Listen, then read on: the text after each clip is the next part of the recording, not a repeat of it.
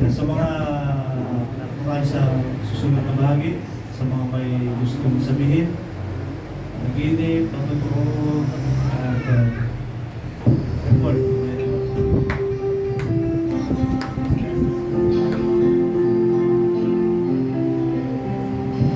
Praise God, purihin ng Panginoon sa araw na ito, sa pagkakataon na pinagtulong niya sa bawat isa. Praise God, may patuturo po ako. Galing po kami ng Sidar nung Wednesday. At sa mga narinig ko ay nabahala ulit ako, mga kapatid. Tuwing pupunta ko doon, nababahala po ako. Kaya at yun naman ang gusto ko, mga kapatid, yung magkaroon ng Banal na takot. banal na takot sa aking sarili. Hindi ko po alam sa inyo, mga kapatid. Totoo naman yung mga pangyayari, yung paghahanda, hindi lang po tayo, mga kapatid. Sa buong mundo, naghahanda po ang buong mundo sa pagkain.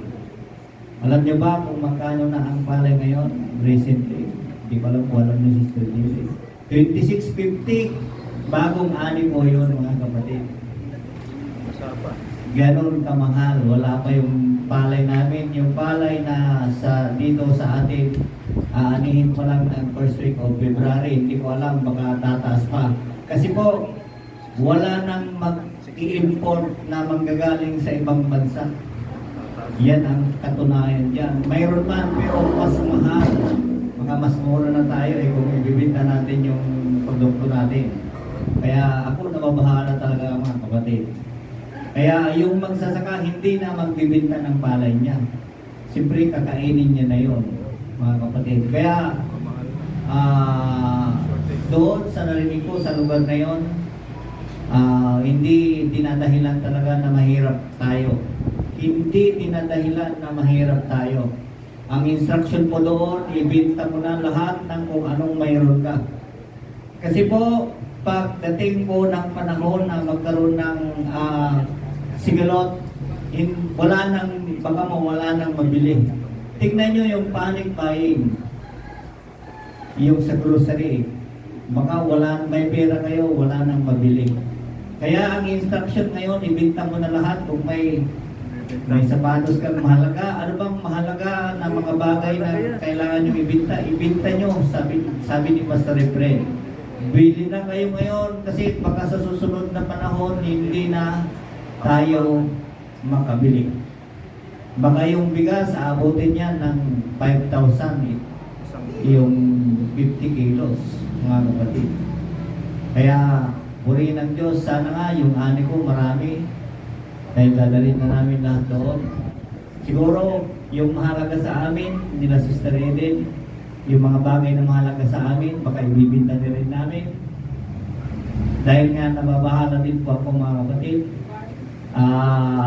Nagpaalam ako nung nakaraan, gusto ko nang magsimula ulit doon, tapusin yung mga bagay na gusto kong tapusin para yung mga pagkain namin dadalhin na doon.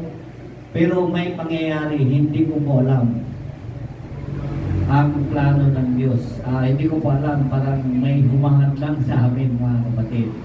Ngunit, hindi po yun ang puntos ko. Ang pinakamalaga sa akin ay buhay.